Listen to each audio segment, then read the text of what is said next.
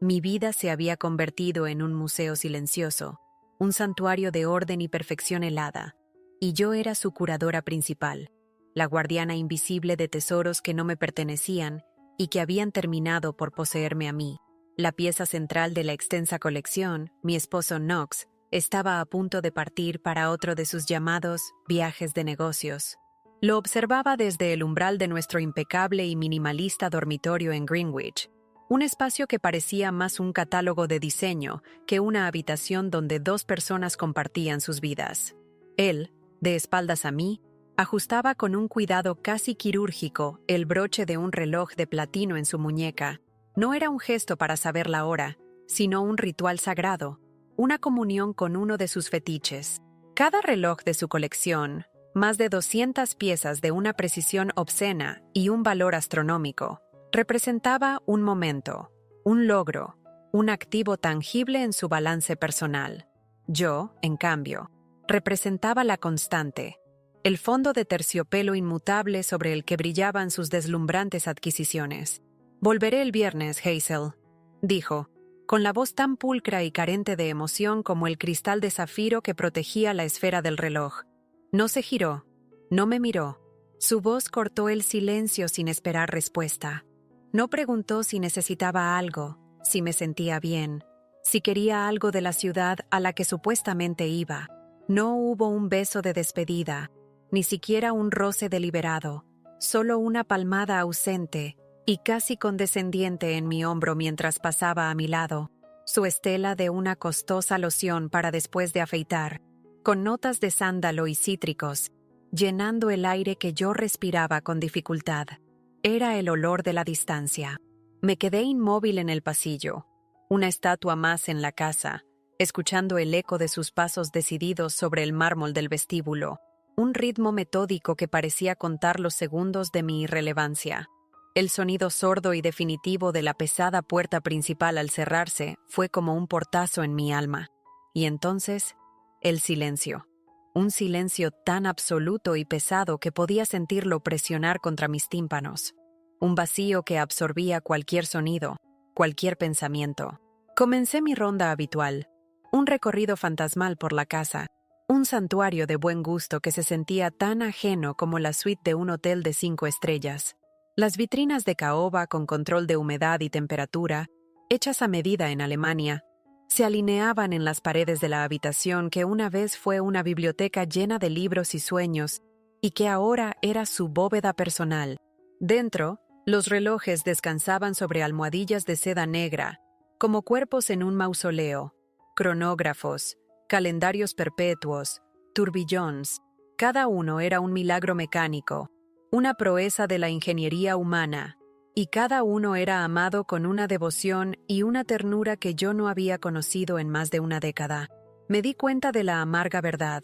Knox no coleccionaba relojes, coleccionaba tiempo. Lo poseía, lo catalogaba, lo aseguraba por millones de dólares. Mientras tanto, mi propio tiempo, el único que de verdad tenía, se escurría entre mis dedos, sin ser contado, sin ser valorado, un recurso infinitamente renovable, puesto a su entero servicio. Deslicé la yema de mis dedos sobre el frío cristal de una de las vitrinas, sin dejar huella. Dentro, un Patek Philippe de oro rosa parecía mirarme con la arrogancia de su propia perfección. Él podía pasar horas enteras en esta habitación, armado con un paño de microfibra y una lupa de joyero, cuidando estas máquinas inertes.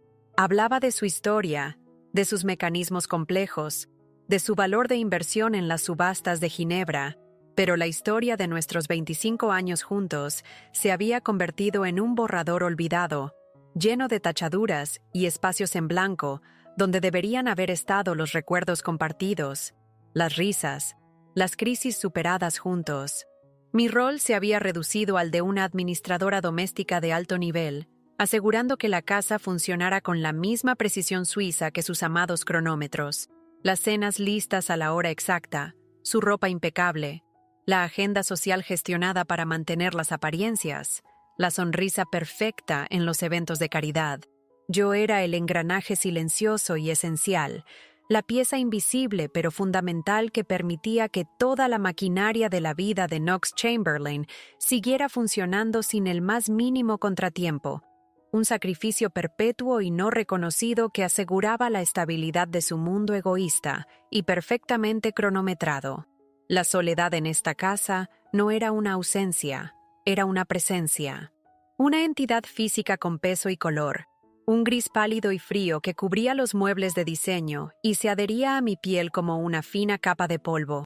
Durante años, quizás décadas, había normalizado las ausencias de Knox, tejiendo una narrativa plausible para mí misma. Al principio de su carrera, eran viajes necesarios para construir su negocio. Luego se volvieron más frecuentes, un subproducto inevitable de su éxito. Ahora, eran simplemente la norma, el estado natural de nuestra existencia compartida pero separada.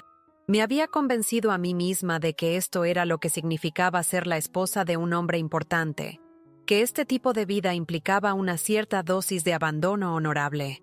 Pero esa noche, mientras el sol se ponía sobre los árboles perfectamente podados de nuestro jardín en Connecticut, ese argumento se sentía frágil, transparente, un trozo de celofán tratando de contener una inundación. El malestar no era una sensación nueva, pero esta noche se sentía diferente, más agudo, como una migraña que amenaza detrás de los ojos, una nota discordante en una sinfonía que llevaba demasiado tiempo sonando y que de repente se volvía insoportable. Me senté en el sofá de cuero blanco del salón principal, un mueble tan rígido, frío e incómodo como mi propia vida, y me di cuenta de que no podía recordar la última vez que había reído a carcajadas dentro de estas paredes. Ni siquiera una sonrisa genuina. Mi mundo, que una vez fue vibrante y lleno de posibilidades, se había encogido hasta caber en los confines de esta propiedad perfectamente cuidada. Mis amigas, las pocas que Knox no había logrado alejar con su sutil desdén o sus comentarios condescendientes, habían aprendido a mantener la distancia. «Siempre estás tan ocupada, Hazel», decían, y era cierto. Estaba ocupada manteniendo el vacío, puliendo los barrotes de mi jaula dorada, asegurándome de que todo estuviera perfecto para un hombre que rara vez estaba allí para verlo. El silencio era mi compañero más constante, un diálogo interno que giraba en círculos viciosos, preguntándose en qué momento exacto había dejado de ser Hazel, la mujer que amaba la historia del arte y soñaba con la cerámica, para convertirme simplemente en la señora Chamberlain, una figura decorativa. Me levanté y caminé hacia la cocina, un espacio monumental de acero inoxidable y mármol de Calacata que parecía más un laboratorio de ciencias que el corazón de un hogar. Abrí el refrigerador Sub-Zero, lleno hasta el borde de alimentos orgánicos, quesos artesanales y vinos que rara vez cocinaba para dos. La ironía era aplastante. Una vida de abundancia material tan desbordante que se sentía completamente hueca, indigente de espíritu. Esta profunda sensación de desequilibrio se había estado gestando bajo la superficie durante años, como una falla geológica. Eran pequeñas cosas, desprecios sutiles, un cumpleaños olvidado aquí, un aniversario celebrado con un cheque en lugar de con presencia allá. Planes cancelados en el último minuto porque algo increíblemente importante, con un reloj, había surgido en una subasta en línea. Cada uno de estos incidentes era una pequeña grieta en los cimientos de mi autoestima, fisuras que había aprendido a tapar con la masilla de la resignación y la excusa. Él trabaja muy duro por nosotros, me decía a mí misma. Pero la masilla se estaba secando y desmoronando. Y el malestar que sentía ahora era el frío viento de la verdad colándose por las grietas. Me di cuenta de algo terrible. No estaba esperando a que Knox regresara. Estaba soportando su ausencia. Y la diferencia entre esas dos cosas se extendía ante mí como un abismo insondable, uno que ya no estaba segura de querer cruzar para encontrarme con él al otro lado. No siempre fue así. Hubo un tiempo, hace un cuarto de siglo, en que la sonrisa de Knox no era una máscara social, sino una explosión de luz que llegaba hasta el fondo de sus ojos. Lo conocí en la biblioteca de la universidad. Él, un ambicioso estudiante de finanzas con un plan para conquistar el mundo, y yo, una soñadora estudiante de historia del arte con una pasión secreta y terrenal por la cerámica.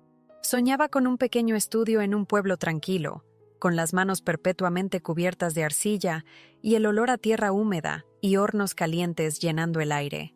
Él soñaba con los rascacielos de Manhattan y las salas de juntas de corporaciones multinacionales. Me enamoré perdidamente de su ambición, de la energía que irradiaba, de la forma en que el futuro parecía doblegarse ante su voluntad inquebrantable. Cuando me propuso matrimonio, no fue en un restaurante de lujo, sino en un pequeño y rústico viñedo de Napa Valley, durante un viaje improvisado. El anillo era modesto, un pequeño diamante en una banda de oro blanco, pero su promesa fue grandiosa, una vida de aventuras, de construir algo increíble juntos. Le creí cada palabra. Puse mis sueños de arcilla y arte en una caja de cartón, con la intención de retomarlos más tarde, cuando estuviéramos más establecidos, y me dediqué en cuerpo y alma a construir los suyos. El problema con más tarde es que, para hombres como Knox, nunca llega.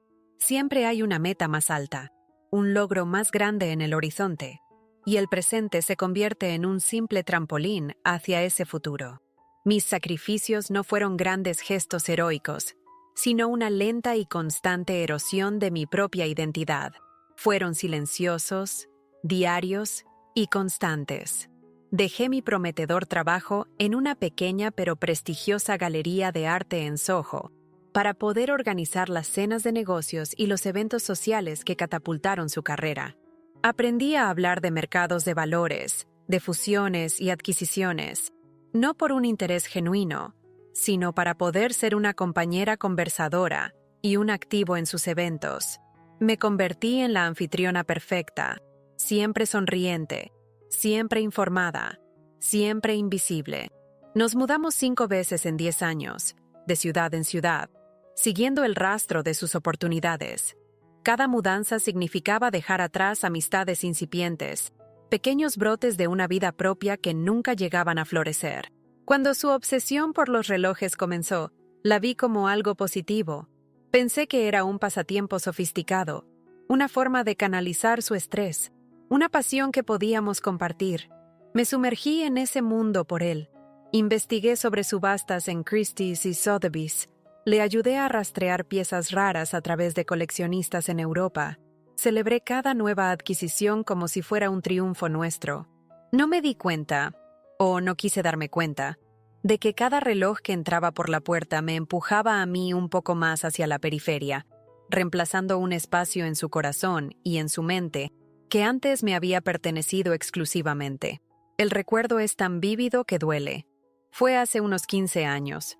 Había pasado semanas enteras restaurando una vieja mecedora de mi abuela, una pieza que amaba. La lijé, la teñí, la tapicé con una tela preciosa que había encontrado. Estaba tan increíblemente orgullosa de mi trabajo, del renacimiento de algo viejo y lleno de amor. Cuando Knox llegó a casa esa noche, lo llevé de la mano para mostrársela, esperando ver en sus ojos una chispa de ese viejo entusiasmo compartido de nuestros primeros años. Él apenas la miró. Su atención estaba en otra parte. «Está bien, Hazel, buen trabajo», dijo, su voz distraída, mientras rasgaba un paquete de FedEx que acababa de llegar. Dentro, sobre un lecho de espuma, descansaba un Omega Speedmaster de 1969, el reloj de la luna. Sus ojos brillaron de una forma que ya no reservaba para mí. Pasó el resto de la tarde examinando el reloj con su lupa de joyero, hablando sobre su calibre y su historia. La silla, con todo mi esfuerzo, mi tiempo y mi amor invertido en ella, se quedó en un rincón, ignorada, como yo. Ese fue uno de los primeros momentos en que sentí el frío del metal contra mi piel, la dolorosa y humillante comprensión de que estaba en una competencia silenciosa por el afecto y la atención de mi propio esposo contra objetos inanimados, y estaba perdiendo.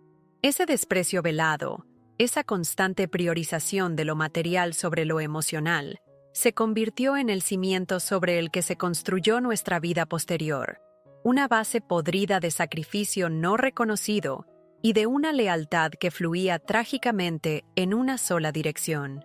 La manipulación de Knox no era un acto burdo ni cruel, era una obra de arte sutil, Una manipulación psicológica tan refinada y practicada que durante años me hizo dudar de mi propia percepción, de mi propia cordura. Me convenció de que la anormalidad era la norma. Recuerdo nuestro 20º aniversario con una claridad dolorosa. Con semanas de antelación, había reservado una mesa en el pequeño restaurante italiano de Westport, donde tuvimos nuestra primera cita. Un lugar sin pretensiones, pero cargado de significado para mí. Esa noche me puse un vestido nuevo y lo esperé. Y esperé. 2 horas después, con el pan en la mesa frío y las miradas compasivas del mesero, él finalmente llamó. Su voz no era apologética, sino que estaba llena de una frustración estratégica y fabricada. Hazel, lo siento muchísimo. Ha surgido una emergencia con la subasta del Rolex Daytona de Paul Newman. Es una oportunidad única en la vida. Una pieza histórica. Entenderás que no podía dejarla pasar. Es por nuestro futuro. Lo compensaré, te lo prometo. Y yo, como siempre, lo entendí. O, más bien, me obligué a entenderlo. A tragarme mi decepción una vez más. Porque sus prioridades eran las nuestras, ¿verdad? Su éxito era mi seguridad. Era el mantra que me repetía para poder dormir por las noches. La compensación llegó una semana después. Un brazalete de diamantes que se sintió más como un soborno que como un regalo. Lo usé una vez y luego lo guardé en un cajón. El "lo compensaré" se convirtió en su mantra. Una promesa vacía que colgaba en el aire de nuestra casa como una deuda perpetuamente incobrable. Sus compensaciones siempre eran materiales. Una joya cara, un viaje a un resort de lujo en el Caribe donde él pasaba la mitad del tiempo pegado a su teléfono, cerrando tratos. Eran gestos grandiosos diseñados para silenciar mis quejas incipientes, para hacerme sentir superficial e ingrata si insinuaba que lo que realmente quería no se podía comprar en Tiffany's. Una vez, en un raro momento de valentía, le sugerí que vendiera una pequeña parte de la colección. «Imagina, Knox», le dije. «Podríamos viajar durante un año, solo nosotros, sin horarios, sin agendas, como soñábamos».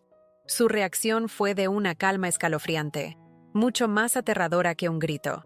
Me miró con una mezcla de pena y decepción. «No entiendes de finanzas, Hazel. Esto no es un hobby, es nuestro futuro. Es seguridad. Es un activo que se aprecia más que el mercado de valores. Sería increíblemente irresponsable y emocional de tu parte pedirme que liquide nuestros activos por un simple capricho». Me hizo sentir pequeña, tonta y egoísta por desear algo tan simple como su tiempo. Me hizo sentir culpable por tener necesidades emocionales. Estas señales de un profundo desequilibrio se acumulaban como capas de polvo en los rincones olvidados de nuestra vida. Decisiones financieras importantes que tomaba sin consultarme, argumentando que no quería preocuparme con los detalles. Amistades mías que sutilmente saboteaba porque no eran de nuestra clase, o eran una mala influencia que te distraía de lo importante. Distorsionaba la verdad con una habilidad magistral, enmarcando sus elecciones más egoístas como actos de profundo sacrificio por nuestro bienestar. Poco a poco, sin que yo me diera cuenta del proceso, su voz se convirtió en mi crítico interior, la que me susurraba que mis necesidades eran secundarias, que mi intuición estaba equivocada, que la fría y solitaria perfección de nuestra vida era un privilegio por el que debía estar eternamente agradecida. El problema no era nuevo, no había surgido de la noche a la mañana. Simplemente yo había aprendido a no verlo, a vivir con el desequilibrio como si fuera la única forma de mantenerme en pie en la cubierta de un barco que se hundía lentamente. Había normalizado lo intolerable. El desasosiego que sentí cuando Knox se fue no disminuyó con las horas. Al contrario, creció. Se alimentó del silencio antinatural de la casa y se transformó en una ansiedad palpable que me oprimía el pecho. Al día siguiente, intentando distraerme, me senté en su imponente escritorio de caoba para pagar unas facturas en línea desde nuestro computador compartido. Fue entonces cuando lo vi. En la bandeja de entrada del correo que ambos usábamos, un email de confirmación de una aerolínea que no era para un vuelo a Chicago. El destino era Napa Valley. Mi corazón dio un vuelco tan violento que sentí un dolor agudo en el esternón. Napa. el lugar sagrado, el lugar donde nos habíamos comprometido. El correo era para 2 pasajes de primera clase, Knox Chamberlain y Brielle Devereaux. El nombre me golpeó como un puñetazo en el estómago, dejándome sin aire. Brielle. No conocía a ninguna Brielle, pero el nombre sonaba joven, exótico, vibrante. Todo lo que yo sentía que ya no era. Miré las fechas del viaje. No partían hoy. Llevaban allí 2 días. La mentira era tan descarada, tan insultantemente simple, que me sentí una completa idiota. El viaje de negocios era una farsa. Con los dedos temblando de una forma que no podía controlar, abrí el navegador de Internet. Escribí el nombre Brielle Devereaux en la barra de búsqueda y presioné la tecla intro. Mi respiración se quedó atrapada en mi garganta. El primer resultado era un perfil público de Instagram. Hice clic. Y el mundo, mi mundo cuidadosamente construido de negaciones y apariencias, se vino abajo. Allí estaban. Fotos. No una, sino una docena. Knox y una mujer despampanante de unos 30 y tantos años, con una melena rubia, una sonrisa radiante y un cuerpo que desafiaba la gravedad. Estaban catando vinos en bodegas que yo reconocía, riendo con una complicidad que me revolvió el estómago, abrazados contra un fondo de viñedos que yo conocía demasiado bien. Pero la imagen que rompió algo fundamental dentro de mí fue la última que ella había subido, apenas unas horas antes. Estaban en un balcón privado, con copas de champán en la mano, brindando mientras el sol se ponía. Reconocí la barandilla de hierro forjado y las baldosas de terracota al instante. Era la suite presidencial del Auberge du Soleil, la misma, exacta suite donde habíamos pasado nuestra luna de miel 25 años atrás. No solo me estaba engañando, estaba profanando nuestros lugares sagrados, reescribiendo nuestra historia con ella como protagonista. La situación empeoraba con cada clic del mouse. Las etiquetas, los comentarios de sus amigas, viviendo la vida al máximo. Se ven tan felices y enamorados. Era una vida paralela, vibrante y pública, construida a mis espaldas, financiada con el imperio que yo le había ayudado a levantar con mis sacrificios. La urgencia de la situación me abrumó. Esto no era un desliz, un error de una noche, una aventura pasajera.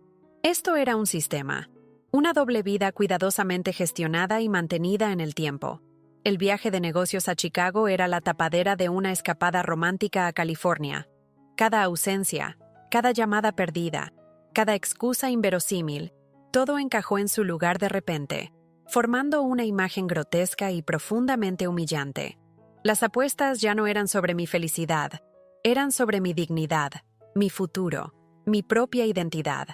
La presión en mi pecho era insoportable, una mezcla tóxica de dolor, rabia y una náusea que subía desde lo más profundo de mi ser.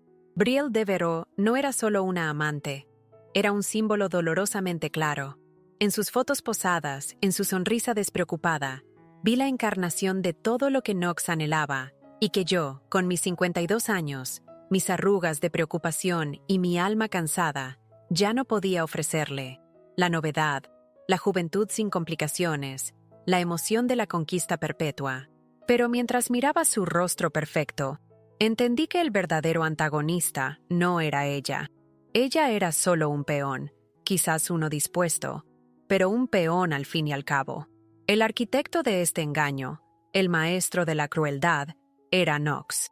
En una de las fotos, donde Brielle reía con la cabeza echada hacia atrás, vi un destello en su muñeca. Amplié la imagen. Era un delicado reloj de oro rosa, un Cartier de edición limitada. No era una pieza de la colección principal de Knox, pero yo reconocí el modelo. Era una pieza que él había estado rastreando durante meses para un cliente, o eso me había dicho. Le había comprado un pedazo de su sagrada obsesión. Era la prueba definitiva de que ella no era un pasatiempo, sino una inversión, igual que sus otros tesoros inanimados. La verdadera maldad de su engaño no residía solo en el acto físico de la infidelidad, sino en la elección deliberada y sádica de los escenarios. Napa, el Auberge du Soleil, no eran lugares al azar, escogidos por su belleza. eran los pilares de la mitología de nuestro matrimonio. Al llevarla a ella a esos lugares, no solo me estaba engañando, me estaba borrando activamente, como si usara una goma de borrar sobre los capítulos más importantes de mi vida. Estaba reescribiendo nuestra historia y dándole a ella mi papel. Era un acto de una crueldad psicológica tan profunda y calculada que me dejó sin aliento. Era un mensaje claro, enviado sin palabras, pero con una contundencia brutal. Todo lo que tuvimos, todo lo que fuiste, no significa nada. Puedo reemplazarlo todo, incluida tú, y hacerlo aún mejor. En ese instante, la imagen cuidadosamente cultivada de Knox, como el hombre exitoso, complicado y brillante que merecía mi infinita paciencia, se hizo añicos, como un espejo cayendo sobre el mármol. Vi al verdadero Knox por primera vez, un hombre profundamente egoísta y narcisista, un ladrón de tiempo, de vida y de sueños, que creía tener un derecho divino a todo y a todos. Había compartimentalizado su vida con la precisión de uno de sus cronógrafos suizos. Yo era la estabilidad, la respetabilidad, la administradora del hogar seguro al que siempre podía volver. Brielle era la pasión, la aventura, el escape de la mediana edad. Y él, en su monumental arrogancia, creía que podía mantener ambos mundos girando en órbitas perfectas y separadas indefinidamente, sin que nunca colisionaran, sin que hubiera consecuencias. El impacto de la revelación fue brutalmente físico. Tuve que deslizarme de la silla de cuero del escritorio y sentarme en el suelo, con la laptop sobre mis rodillas, porque sentía que mis piernas, de repente hechas de gelatina, no podían sostenerme. El aire en la habitación se volvió espeso, pesado, casi imposible de respirar. Cada latido de mi corazón era un eco sordo y doloroso en mis oídos. Era un dolor diferente a todo lo que había sentido antes. No era la tristeza limpia de la pérdida, era la quemadura sucia y corrosiva de la humillación. 25 años de mi vida, de mi lealtad incondicional, de mis incontables sacrificios, se sentían ahora como una broma de mal gusto, un chiste cruel del que yo era la última en enterarme. La mujer que sonreía en las fotos no solo tenía a mi marido, tenía mi vida, o al menos, la versión de ella que yo siempre había anhelado y que él me había negado sistemáticamente. La de los viajes espontáneos, las risas sin motivo, la pasión a la luz del atardecer. Una ola de náusea me recorrió desde los pies hasta la garganta y corrí, tropezando, al baño de visitas. Me incliné sobre el inodoro de porcelana fría, pero no tenía nada que vomitar. Mi estómago estaba tan vacío como mi vida. Solo arcadas secas y dolorosas que sacudían todo mi cuerpo, como si mi organismo intentara expulsar el veneno de la traición. Me apoyé en el lavamanos y levanté la vista hacia el espejo. La mujer que me devolvía la mirada era una extraña, una mujer pálida, con los ojos enrojecidos e hinchados, el rostro demacrado por una tristeza que parecía haberla envejecido 10 años en 10 minutos. ¿Quién era esta persona? Esta víctima silenciosa y patética que había permitido que su vida fuera desmantelada pieza por pieza, año tras año, sin decir una palabra.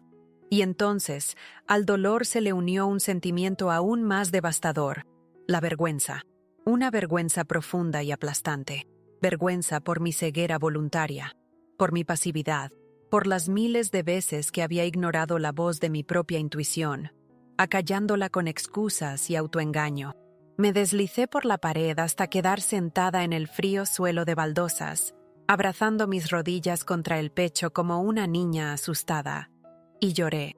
Lloré con sollozos desgarradores que venían de un lugar profundo y olvidado de mi ser. Lloré por la joven soñadora que había renunciado a su arte. Lloré por la mujer de mediana edad que había esperado en vano una migaja de afecto. Lloré por la esposa leal que había sido reducida a una pieza de mobiliario, útil pero invisible. Lloré por la pérdida no de un hombre, sino de la ilusión que había sostenido mi mundo durante tanto tiempo. La presión emocional era un tsunami que amenazaba con ahogarme, con arrastrarme a un océano de desesperación.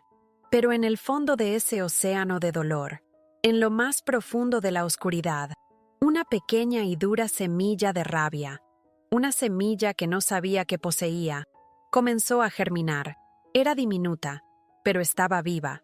Por un instante, solo un instante fugaz, mi mente, en un acto desesperado de autoprotección, intentó encontrar una salida, una explicación alternativa que no me destruyera por completo. La negación es un instinto de supervivencia, un amortiguador de emergencia para el alma. Tal vez las fotos eran viejas, de un viaje anterior a que las cosas se enfriaran entre nosotros. Tal vez era un malentendido colosal. Tal vez Brielle era una clienta importante, o la hija de un socio, y la situación parecía mucho más íntima de lo que realmente era. Me aferré a estas astillas de irracionalidad como un náufrago se aferra a un trozo de madera en medio de una tormenta, sabiendo que no lo sostendrá por mucho tiempo. Volví a la computadora, con la esperanza de encontrar una falla en mi lógica, una prueba de que estaba equivocada, de que mi mente me estaba jugando una mala pasada, pero no la había.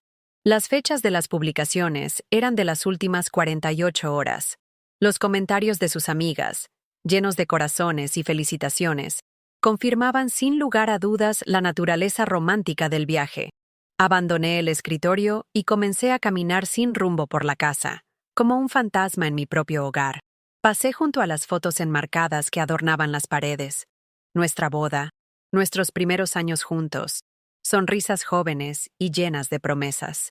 Busqué en el rostro sonriente del joven Knox alguna señal del hombre cruel y calculador en el que se había convertido.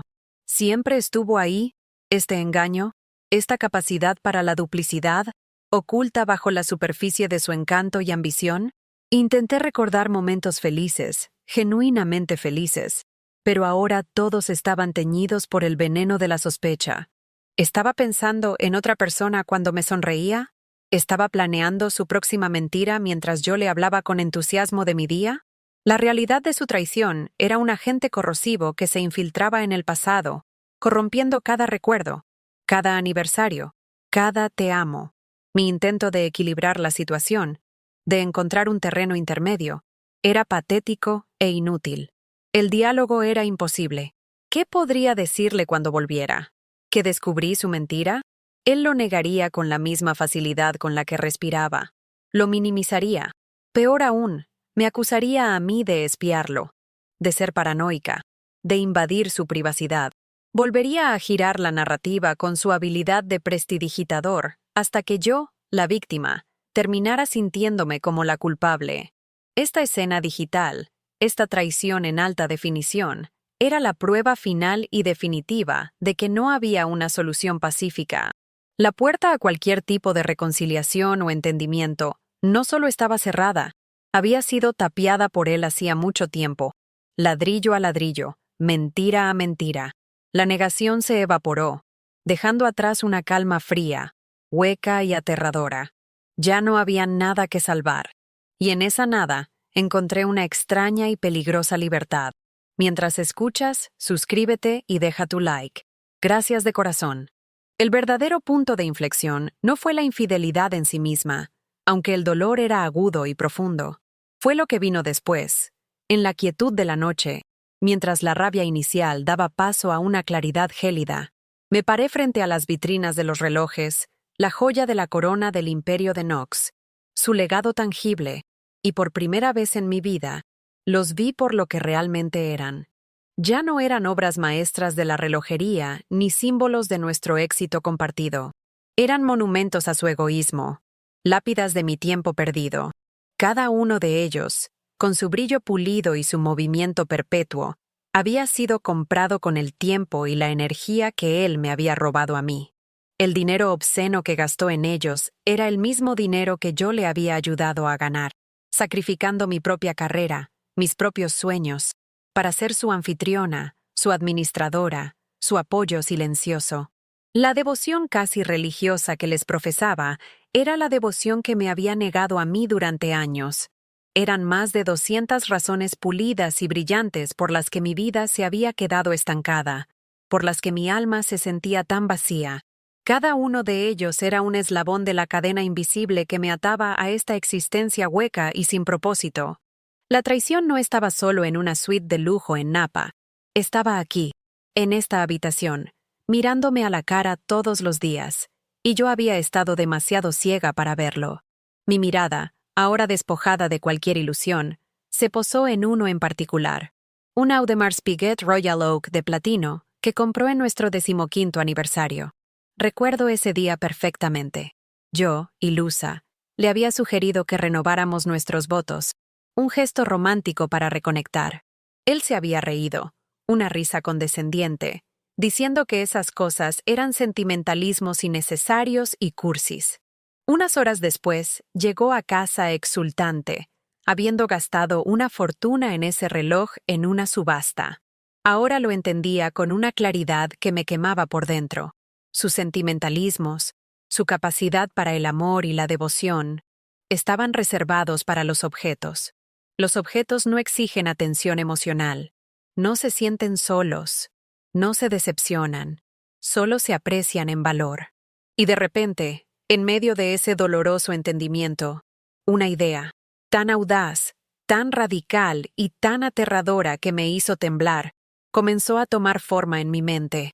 ¿Cuál era su mayor tesoro? ¿Qué era lo único en este mundo que amaba sin reservas? Lo que representaba no solo su inmensa riqueza, sino su propia identidad, su ego, la colección, su legado, la inmortalidad mecánica que había construido para sí mismo. El descubrimiento impactante fue este. Si quería herirlo de una manera que realmente entendiera, de una forma que penetrara su armadura de arrogancia, no debía atacar a su amante.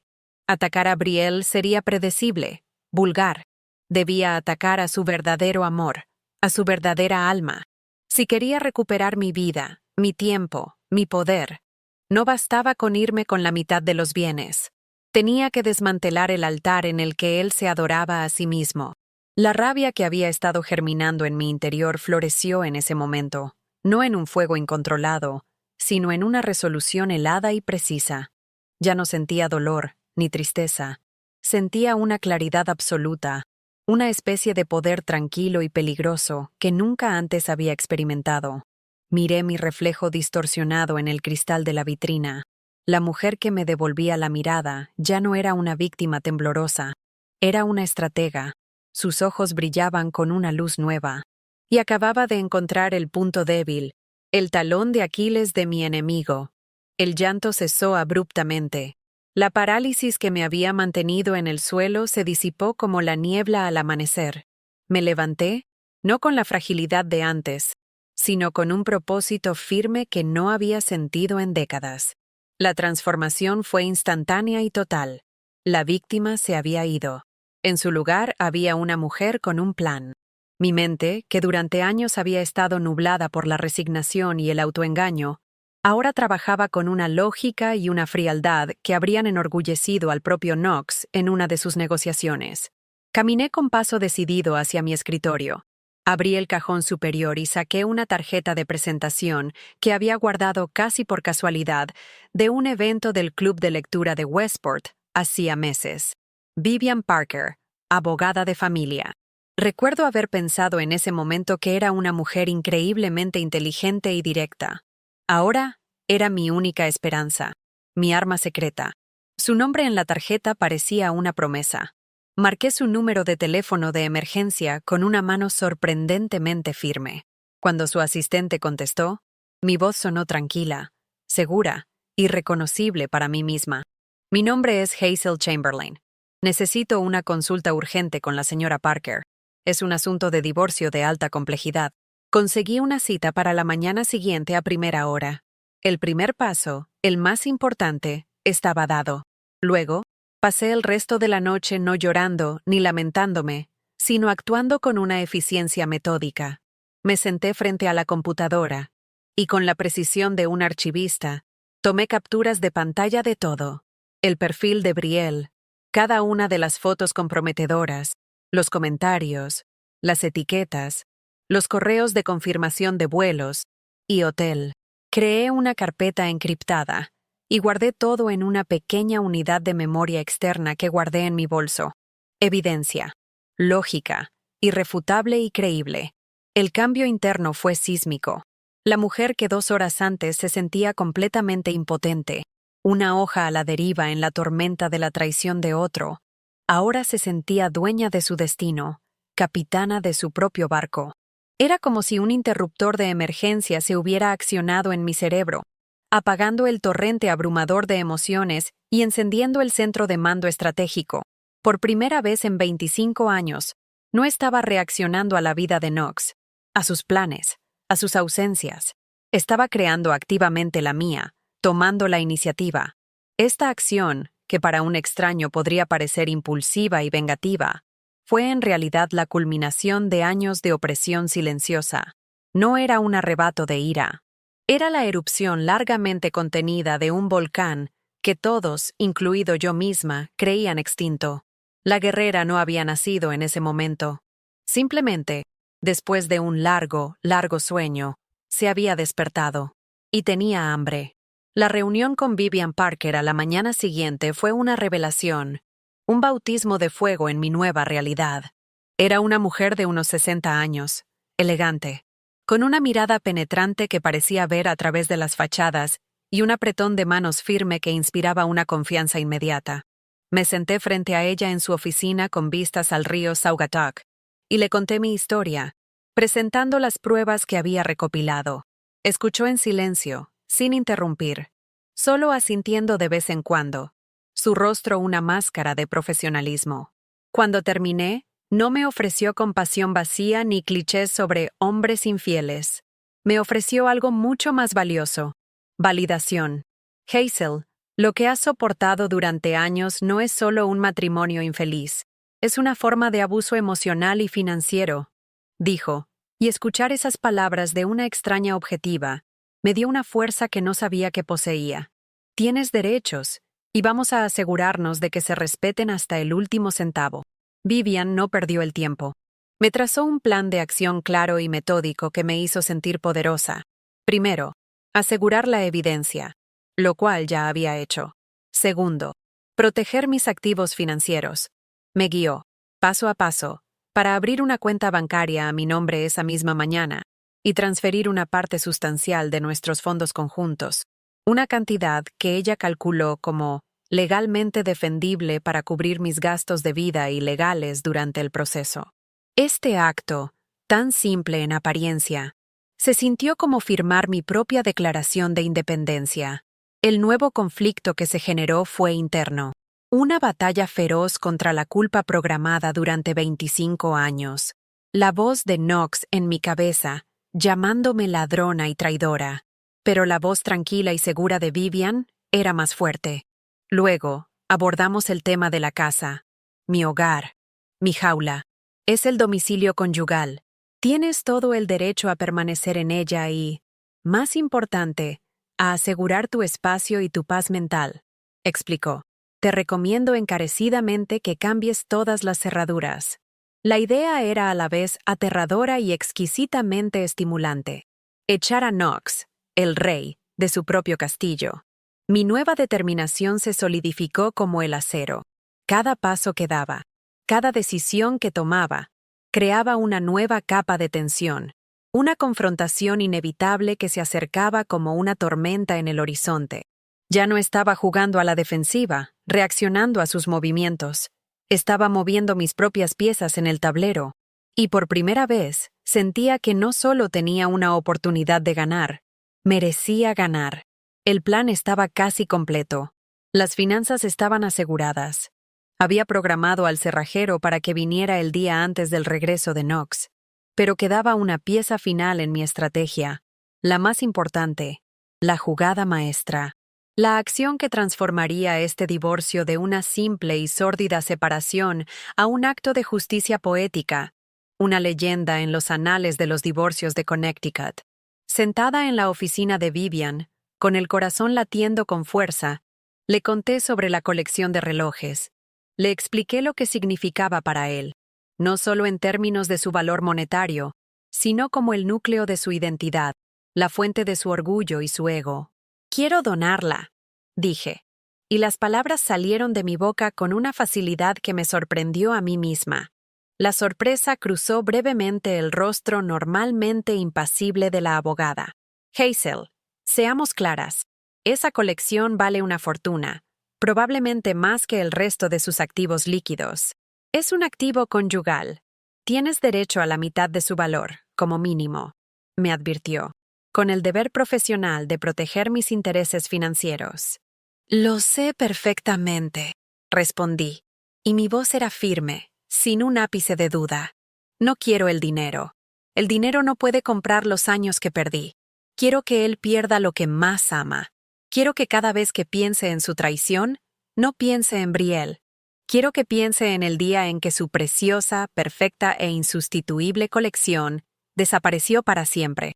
Es la única forma de que entienda, quizás, el verdadero valor del tiempo que me robó. Vivian me miró durante un largo momento, estudiándome, y luego una lenta y genuina sonrisa se dibujó en sus labios. Es la jugada más audaz y devastadora que he visto en mis 30 años de carrera, admitió, con un brillo de admiración en los ojos.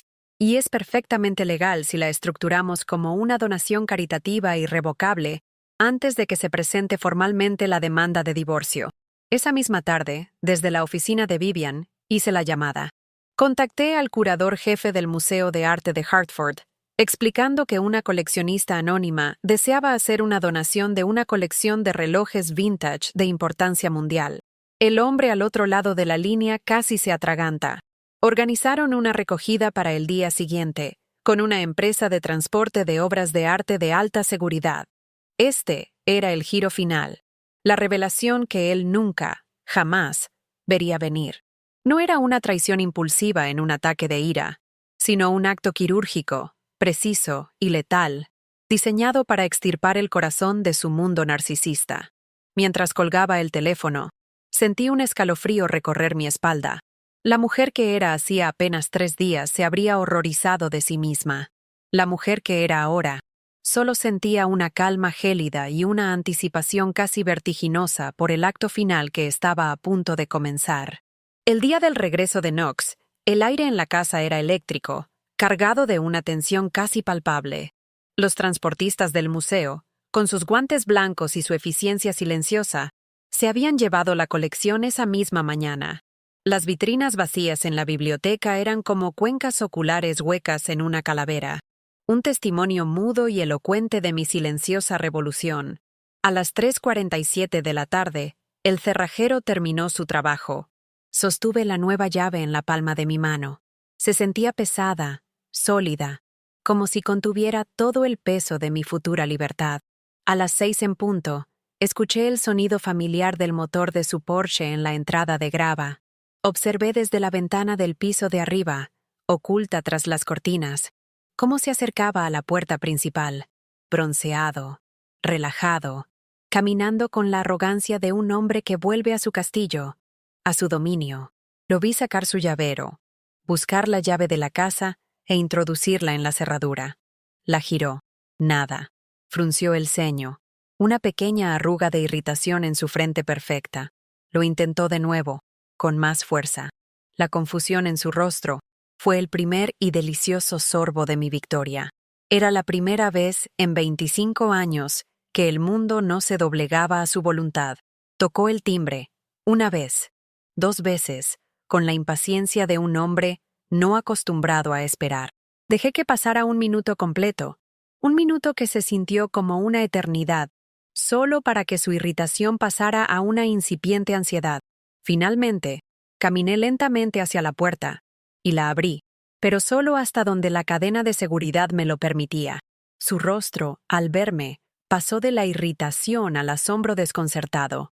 Hazel, ¿qué demonios está pasando? La llave no funciona. Quita la cadena. Estoy cansado. Su voz aún tenía ese tono de mando, el que esperaba obediencia inmediata. No, dije. Mi voz era tranquila, baja, casi un susurro, pero cortó el aire como un cuchillo. Ya no vives aquí, Knox. Él parpadeó, como si no entendiera las palabras que estaba pronunciando. ¿De qué estás hablando? ¿Es algún tipo de broma de mal gusto? Abre la puerta. He visto las fotos, Knox, continué. Mi voz firme como una roca, sin una pizca de emoción. Napa, el Auberge du Soleil, con Brielle.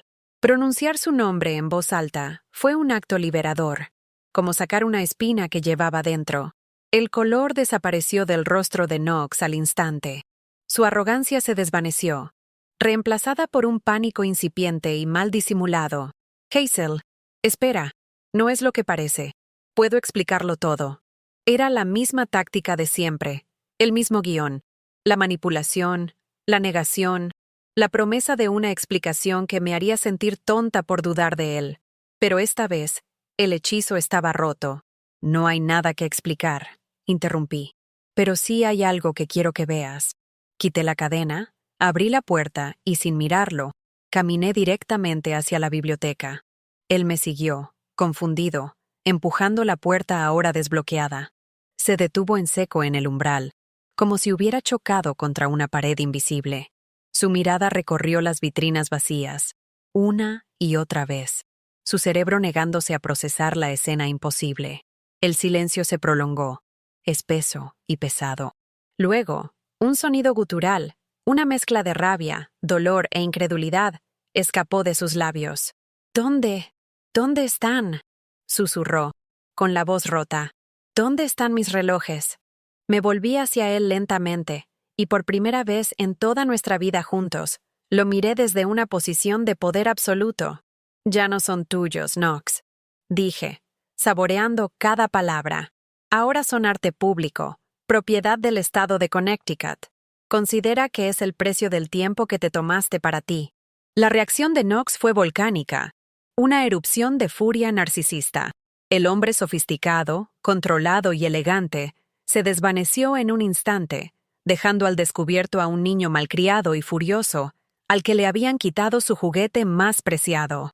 «¡Estás loca!», gritó, su rostro enrojecido, las venas de su cuello marcadas. «¡Completamente loca! Esa colección valía millones. Te demandaré, te destruiré. No te quedarás con nada, ¿me oyes? Nada». Sus amenazas rebotaban en las paredes desnudas de la habitación vacía, pero por primera vez no me afectaban. Eran solo ruido, el estertor de un rey destronado, impotente en su propio palacio. «Habla con mi abogada», le dije con una calma que lo enfureció aún más. Deslicé la tarjeta de Vivian sobre la mesa de mármol del vestíbulo. «Y ahora, por favor, vete de mi casa». Él dio un paso amenazante hacia mí, y por un segundo, un viejo y arraigado instinto de miedo parpadeó en mi interior, un reflejo condicionado por años de intimidación sutil, pero lo apagué con la misma rapidez con la que apareció. Me mantuve firme, erguida, mirándolo directamente a los ojos, sin retroceder un centímetro. Se detuvo, quizás al ver algo en mi mirada que nunca antes había estado allí, una ausencia total de miedo, reemplazada por un frío desprecio. La lucha tenía un coste, y esta era la represalia del antagonista. Durante los días siguientes, me bombardeó. Llamadas incesantes, mensajes de texto, correos electrónicos. La táctica cambiaba. Primero eran súplicas, luego promesas de cambio, después amenazas legales, y finalmente, un vil chantaje emocional. «Piensa en nuestros 25 años juntos», escribió en un largo email. «Cometí un error, un terrible error. Pero nuestro amor es más fuerte que esto». Era una actuación magistral, digna de un Oscar, pero yo ya había visto detrás del telón y conocía al verdadero actor. Las consecuencias externas fueron inmediatas, pero las internas eran más complejas. Sostener esa línea de firmeza, no ceder ante la manipulación, requería una energía y una fortaleza que no sabía que tenía. Cada vez que ignoraba una de sus llamadas, sentía una punzada de la vieja Hazel, la complaciente, la que buscaba la paz a cualquier precio, incluso al de su propia dignidad. Pero cada vez que lo hacía, la nueva Hazel se hacía más fuerte, más sólida. La represalia de Knox, lejos de debilitarme, solidificó mi resolución. Me demostró, sin lugar a dudas, que había tomado la decisión correcta. No estaba luchando contra el hombre que una vez amé. Ese hombre había muerto hacía mucho tiempo. Estaba luchando contra el monstruo egoísta en el que se había convertido, después de que Knox finalmente se fuera esa primera noche, gritando amenazas mientras se metía en su auto. La adrenalina que me había sostenido durante días me abandonó de golpe. El silencio regresó a la casa, Pero esta vez era diferente.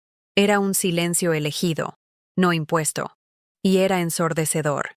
A pesar de la victoria, a pesar de la justicia poética, una profunda y abrumadora sensación de vacío me invadió.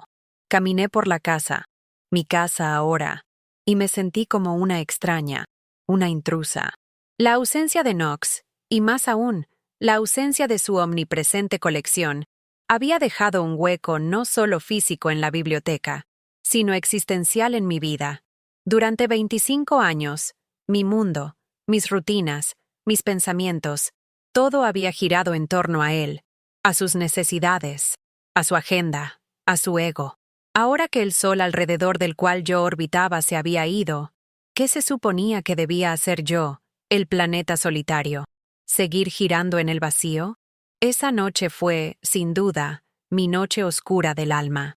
Me encontré sentada en el suelo de la biblioteca vacía, rodeada por los fantasmas de los relojes, y la duda, esa insidiosa enemiga, se apoderó de mí. ¿Había ido demasiado lejos? ¿Me había convertido en alguien tan fría, vengativa y calculadora como él? La soledad era un manto pesado, una presión física en mi pecho. Por un momento aterrador, sentí un pánico abrumador, el miedo a la libertad desconocida que se extendía ante mí como un océano vasto y sin mapa. Era, paradójicamente, más fácil ser la víctima. La víctima tiene un papel claro, un guión predecible. La mujer libre, en cambio, tiene que escribir su propio guión desde cero, y la página en blanco era aterradora. Las lágrimas que pensé que se habían secado por completo volvieron a brotar, pero esta vez no eran lágrimas de dolor por su traición, sino de miedo a mi propio futuro. ¿Y si no sabía cómo ser libre? ¿Y si había destruido todo para quedarme con nada? Este fue mi punto de máxima vulnerabilidad, el fondo del abismo. La euforia de la confrontación se había desvanecido, dejando al descubierto la cruda y temblorosa realidad de mi nueva situación. Estaba sola, completamente, radicalmente sola, y en lugar de luchar contra ese sentimiento, me permití sentirlo. Me sumergí en él, reconociendo que para poder reconstruir, primero tenía que aceptar las ruinas.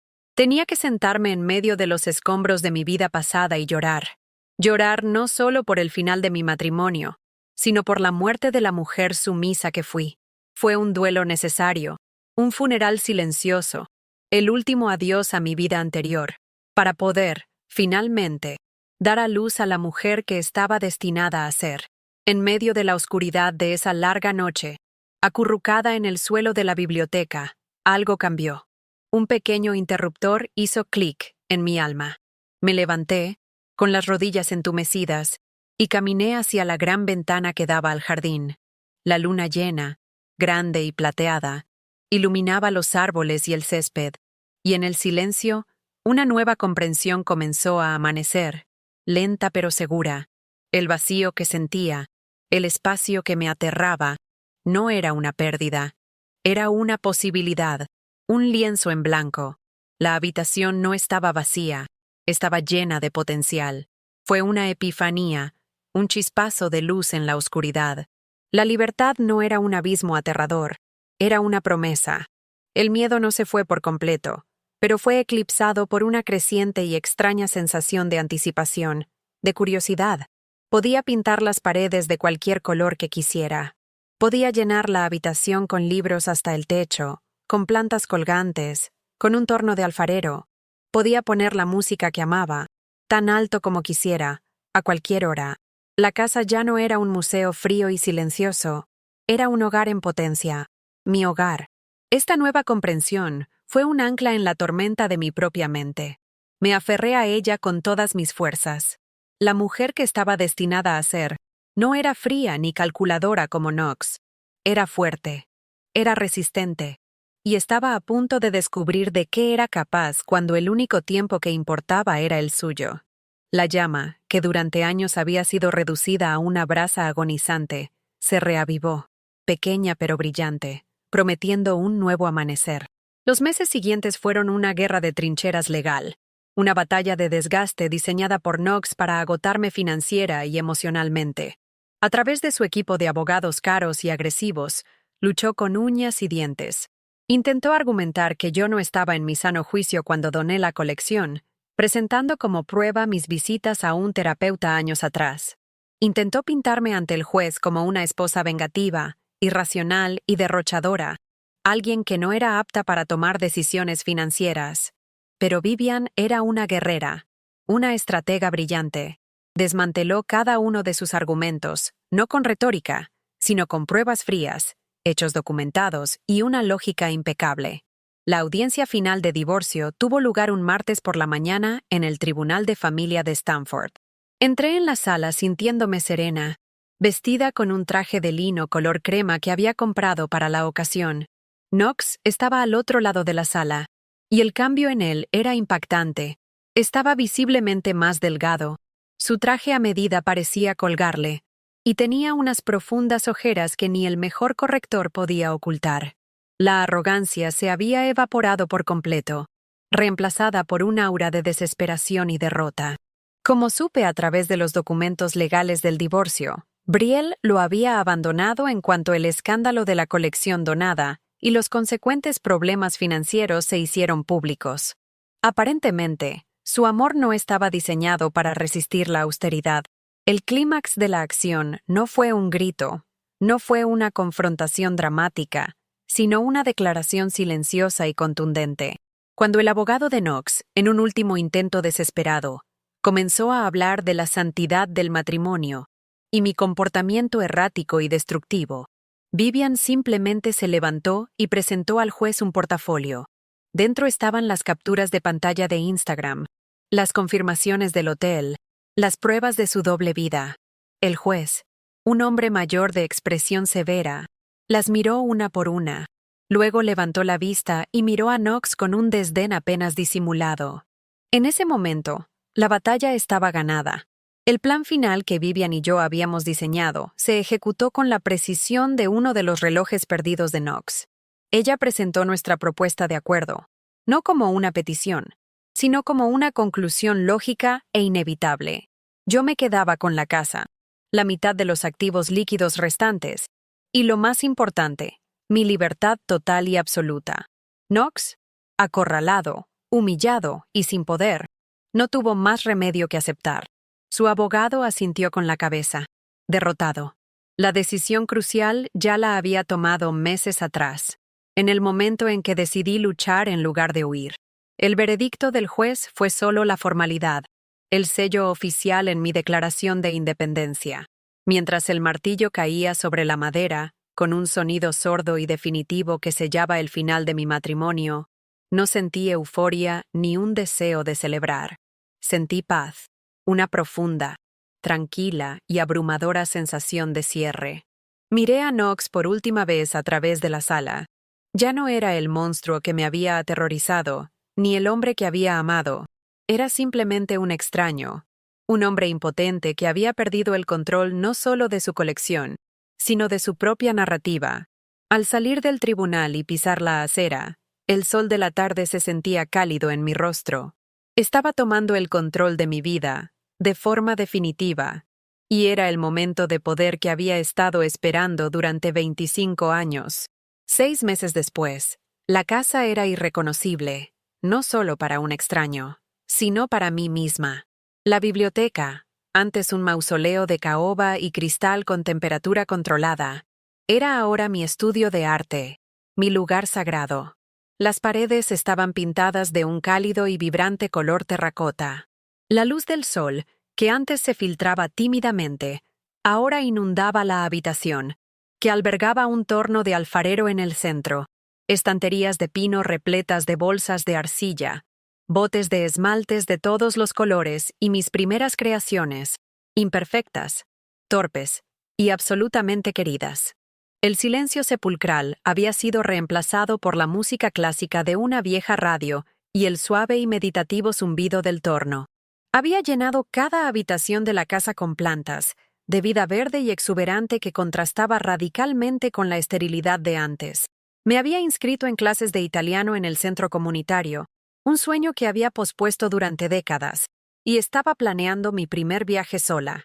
2 semanas en la Toscana, sin itinerario, solo yo y mi curiosidad. Mi florecimiento fue una serie de acciones transformadoras, pequeñas y grandes.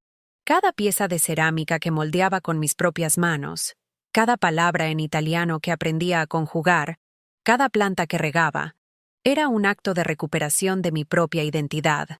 Estaba reconstruyendo no solo una casa, sino a mí misma, desde los cimientos. Mis viejas amigas, aquellas que Knox había sutilmente desalentado y alejado, volvieron a mi vida, primero con cautela, luego con entusiasmo. Las cenas tranquilas, las conversaciones profundas y las risas espontáneas llenaban ahora la cocina que antes era un laboratorio. Descubrí con asombro que mi vida sin Knox no era una pérdida, sino una recuperación. Estaba recuperando a la mujer joven y soñadora que había sido, pero infundiéndole la fuerza, la resiliencia y la sabiduría que había ganado en la batalla. Mientras tanto, como en una balanza cósmica, el mundo de Knox se derrumbaba.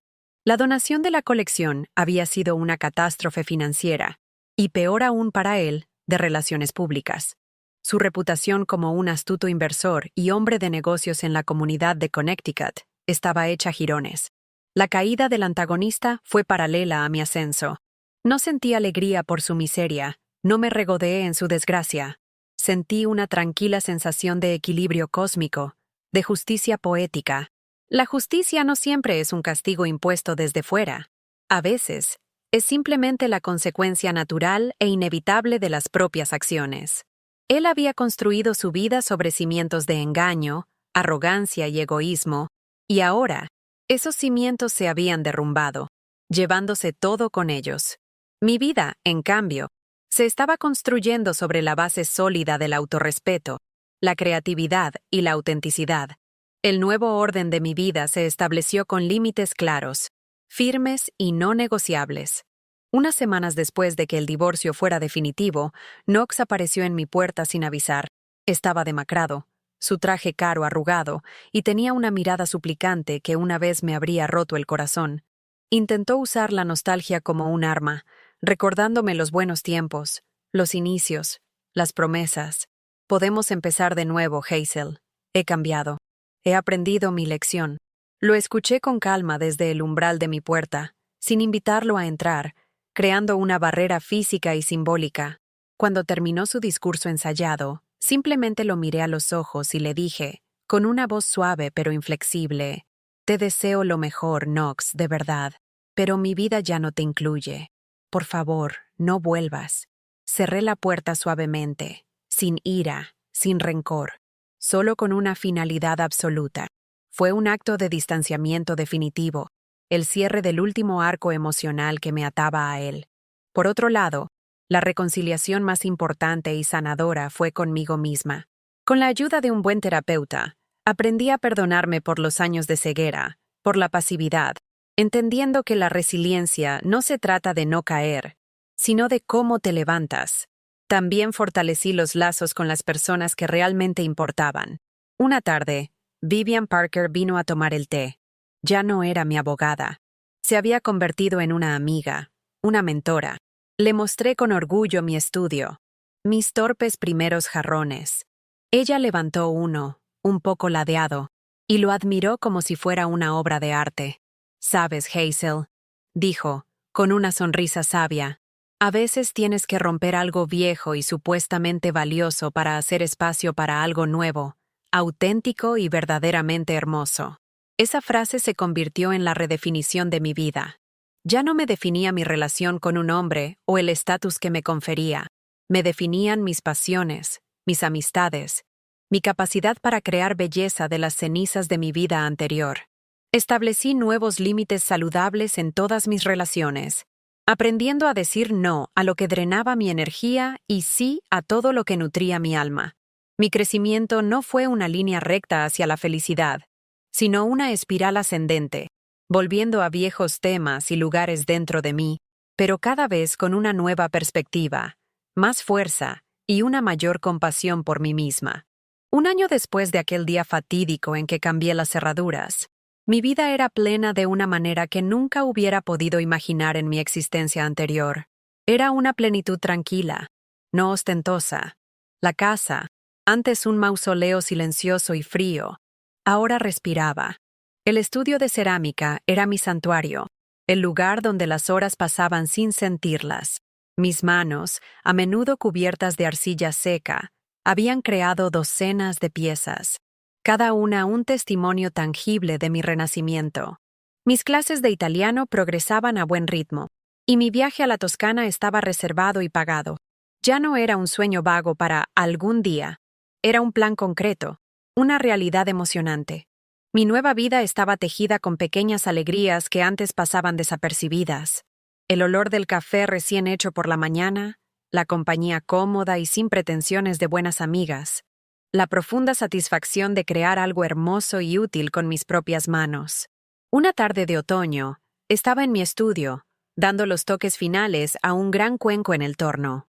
La luz dorada del atardecer entraba por las ventanas, las mismas ventanas que una vez estuvieron oscurecidas por las imponentes vitrinas de los relojes. En la pared principal de terracota, en medio de mis cerámicas colgadas, había una sola pieza de la antigua colección, un único vestigio del pasado. Era un simple reloj de bolsillo de plata que había pertenecido a mi abuelo, el único objeto que me quedé de la casa de mis padres, y que Knox había despreciado por ser común. Lo había llevado a un viejo joyero en Westport, quien, tras escuchar una versión abreviada de mi historia, accedió a detener su mecanismo para siempre.